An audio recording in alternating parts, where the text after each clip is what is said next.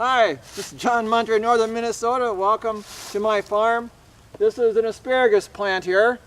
It's just survived since I was a little kid in the 1950s. Maybe my grandfather planted it out here or it just grew wild. But through all the mowing of the field and the various events, it somehow survived, and it's one of the few green things still here with everything being turned to brown and falling to the ground. But we're talking about the Gospel of Thomas today again, the Nag Hammadi Library by James Robinson, and I'm recapping the sayings. The first 14 sayings really talk about going within and experiencing a sense of divine love and how it grows and builds to an ecstatic sense of the light within us that shines and expands into our fellow human beings, into our earthly life. In the next 14 sayings. The next 20 sayings talk about hearing the voice of God and living it and speaking from it, because the religions of the world, the outside appearances we know have few grapes in the grapevine for us. But we come to the sense of the higher self in number 50, where we either have the peace of the Holy Spirit or we have the movement of the Holy Spirit, one or the other, rest or movement. So we understand from this too that not to be co-opted by the wealth and the success around us. And we hearken to our higher self, which is going through the door or into the cistern or listening to the cornerstone or the keystone in our consciousness, the pearl of great price. And we come to a sense of the light within us that is the higher self.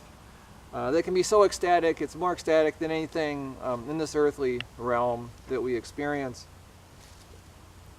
And so we find that our earthly vessels are really broken vessels, that the Spirit, it can't hold the Spirit in us.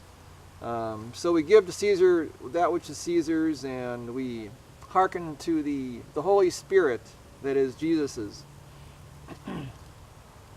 And it brings us to the sense of the higher self. We understand the Father outside of the universe and the Mother that is the Spirit that inhabits the universe. And it becomes a quantum experience for us. Our mouth, we drink from the mouth of Jesus, just like the fire that Jesus begins. It's the quantum experience. And so we come to number 110, which was we become rich in the Holy Spirit. And what does that mean, actually? Let's look at 111 then. Jesus said, "The heavens and the earth will be rolled up in your presence, and the one who lives from the living one will not see death." Does not Jesus say, "Whoever finds himself is superior to the world"? This is an odd one. It's got 3 different sentences, complete sentences, different ideas, all mixed together. But the heavens and earth will be rolled up. It's like the first and second heaven. We're above that in the higher self. The one who lives from the living one will not see death, sense of immortality, or not experience the bitterness of death, because we understand the light, ever-living light. And whoever finds himself is superior to the world. So it's a sense of the higher self. It's really all the same here. But these are really the 3 sayings that would have gotten someone stoned in number 13 that we remember, where Jesus, we experience the ecstasy that is so intense, and we hear the 3 secrets that Jesus explained to Judas Thomas.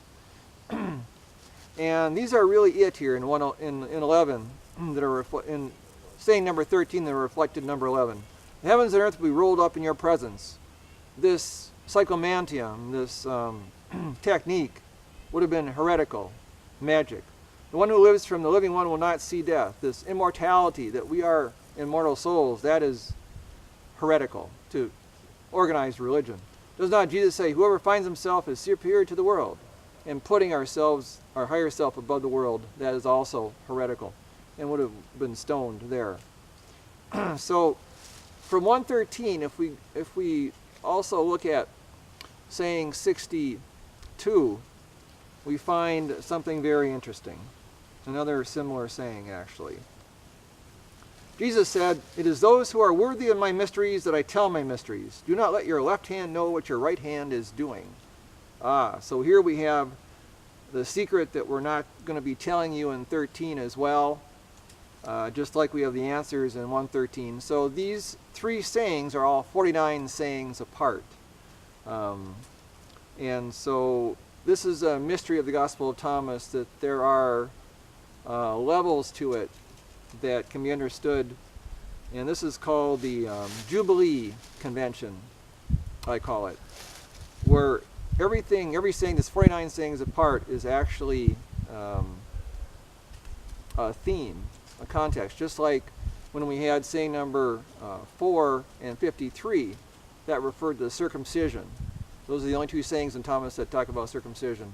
And then the cattle eating in the trough is a similar image to the breast of the mother. So we have these themes in Thomas as well, because this is a mystery school document. So let's go back to 111 and ask ourselves, well, what does living from the living one mean? Okay, so number 112, Jesus says, "Woe to the flesh that depends on the soul, woe to the soul that depends on the flesh." Well, that's kind of depressing. If we look at woe to the soul that depends on the flesh, we understand that. I mean, the soul, we understand, should not be depending on the flesh because it's so weak and here one day and gone another, right? But what about woe to the flesh that depends on the soul? Why should we not depend on the soul? Well, it means we shouldn't be using the soul, right? We shouldn't misuse it. And so it really is talking about how we have to live in the moment and live in the Spirit and not use and abuse anything here. But so what does this mean? Well, the flesh depends on the soul. And so on 113, his disciples said to him, "When will the kingdom come?" Jesus said, "It will not come by waiting for it. It will not be a matter of saying, here it is or there it is. Rather, the kingdom of the Father is spread out upon the earth, and men do not see it, or people do not see it." So we come to roundabout to saying number 3, where the kingdom is within us and without us. And that's really the answer here. It's the last saying in the Gospel of Thomas. The saying number 114 was the later addition, and I appreciate it as a real Gospel of Thomas, or a real Jesus saying, but not specific to this Gospel. I'll read it anyway. Simon Peter said to them, "Let Mary leave us, for women are not worthy of life." Jesus said, "I myself shall lead her in order to make her male, so that she too may become a living spirit resembling you males. For every woman who will make herself male will enter the kingdom of heaven." So this is really talking about the higher self, the primal Adam, the androgynous higher being that was both male and female before it came into matter. So making yourself male is this primal Adam, is what it's being talked about here. So there you have it, the Gospel of Thomas. Thanks to my son Will, who did all the photography here. And if you want more, go to my website, a lot of free material, www.mirroredbridalchamber.com. My book is The Integral Gospel of Thomas Made Easy. Well, thanks very much.